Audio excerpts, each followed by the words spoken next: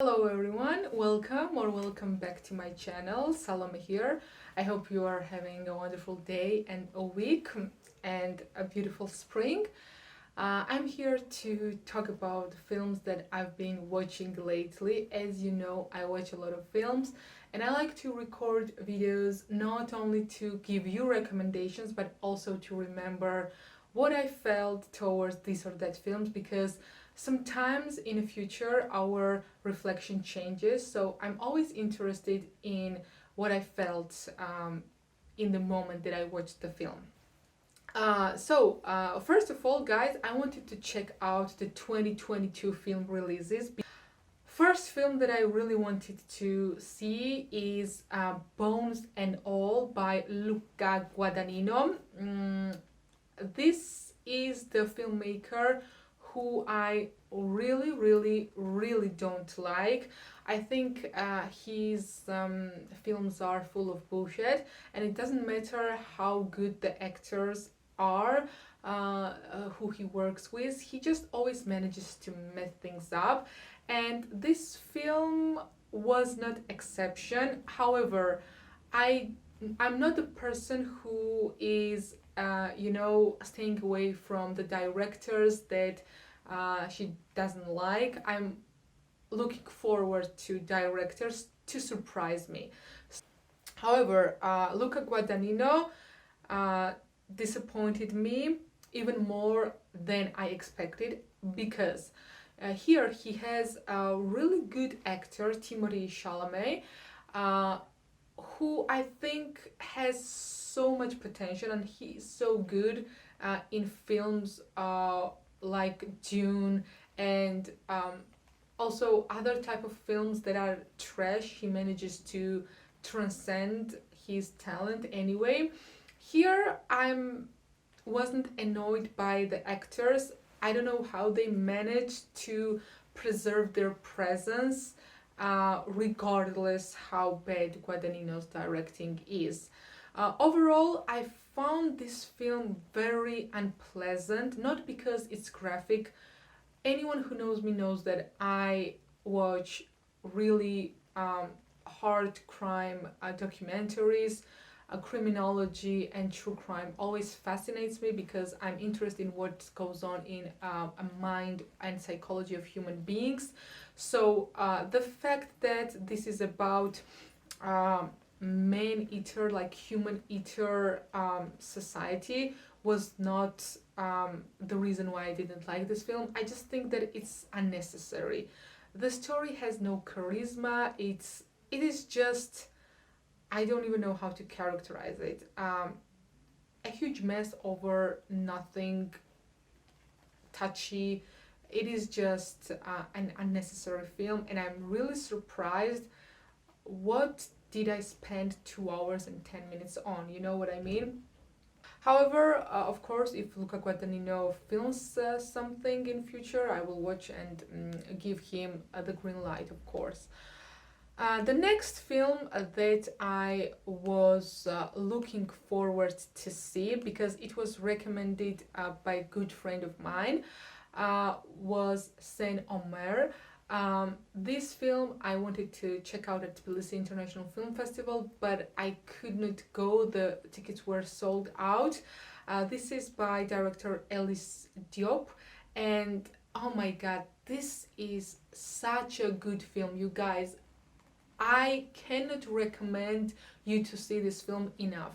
Now, if you I don't want to compare films, but just because I saw both of the films in the same week, if you compare Luca Guadagnino's approach to crime and human psychology to Alice Diop's approach of crime and human psychology, this is like, I don't know, ice and fire. Alice Diop manages to do whatever Guadagnino fails to do, in the sense that the characters in Saint Omer are so transcendental, so emotionally resourceful, and the dialogues, everything is so real. You feel the pain of a person who is on a trial, who attends the trial. By the way, Saint Omer is about a young woman who attends a trial because she wants to make a story about a trial, and this trial is about another young woman who killed her own daughter. And the whole film follows these two females who have high, ordinary but extraordinary life at the same time. And this is a really good author film, in my opinion. Another film that I wanted to check out, which is this year's release, is A Good Person. Now, for those who follow me, know that I love Florence Pugh. I think she is one of the most extraordinary currently working young actors. I will watch anything she's in. However, I have said it once and I will repeat it about Good Person. I don't think that she is selecting, or her agents, I don't know what's going on, but somehow she always selects these mass pleasing, very mainstream films to work on.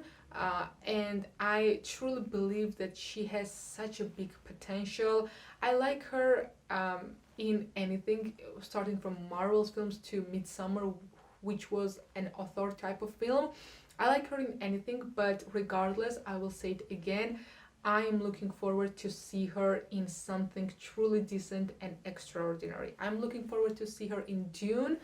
Of course, Dune is not the author cinema, don't get me wrong, but at least it has very strong characters. A Good Person, what can I say about it? It's a one-time watch. It follows Allison, a American girl who undergoes this accident, and two people die after this accident, so her whole life is transformed. And you know me, I don't like this type of cliche happy end films, so I don't appreciate this film. But if you want to watch something while you're cooking, or just one time watch, it's not bad, especially if you like Florence Pugh and if you like Morgan Freeman. I'm not as fascinated with Morgan Freeman as most people, so so sometimes I like escapism as well. And because of that, I watched What's Love Got to Do With It, which is a rom-com. Lily James is starring here. I love Lily James. I think that she's talented. However, to be honest, I have to admit that she is repeating herself. She is Lily James in every film, so she has this kind of very familiar and recognitive style, which I hope she will leave at some point in some films that she does, and she will go beyond the rom-com character. Even in Downton Abbey and even in Pamela, I still see Lily James everywhere, which is why I love Florence Pugh. If you compare Florence Pugh to Lily James, you will know what I mean. Like, Florence Pugh is actor, and Lily James is a rom-com.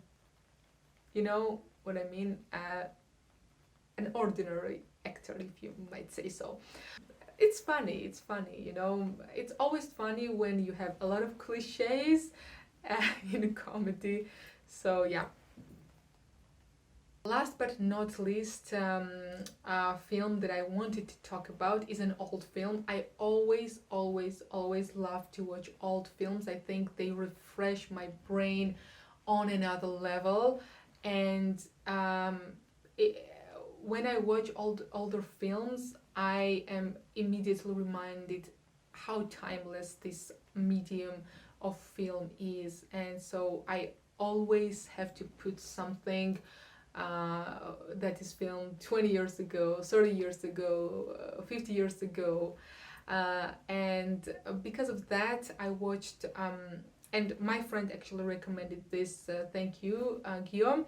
I watched Martin Scorsese's early film, Who's That Knocking at My Door, and I was guys, so pleasantly surprised. This is such a good film, and I really, if you like Martin Scorsese, if you like, these Italian American directors like Martin Scorsese, Coppola, Abel Ferrara, you would appreciate this film so much.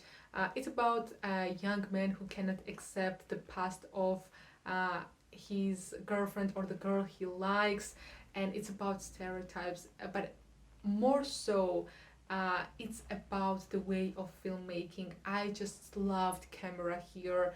It is not only cinematography, but it's also photography, and I love this type of black and white films. They always remind me what a good dialogue, what a good angle of camera does to our brain. Film is a visual art, it's the way we visually think. So for those of you who like to feed your brain and feed your visual perspective and understanding, Who's That Knocking at My Door is a really good cake for you. It's a piece of cake you would eat up. And I also wanted to say share with you my eternal love with Harvey Keitel. I think he's just wonderful. Wow, I just love this man. He has such a huge bodily presence. There are some actors like him that I will watch everything for their sake. Okay, guys. So to sum it up, these were films that I watched this week. I also watched some other films, but I don't think they are worth mentioning even. I Please comment down below which of these films have you seen? Did you like it? Did you not like it? See you next week probably, or even before, because I don't know why, but this time I'm really passionate about watching films. So sometimes I watch 2 a day. Also, I have, of course, time on my hands this week somehow. But yeah, I just feel inspired to watch a lot of films this period. I don't know why. Um, so let me know if there is anything particular you want me to talk about. See you next time.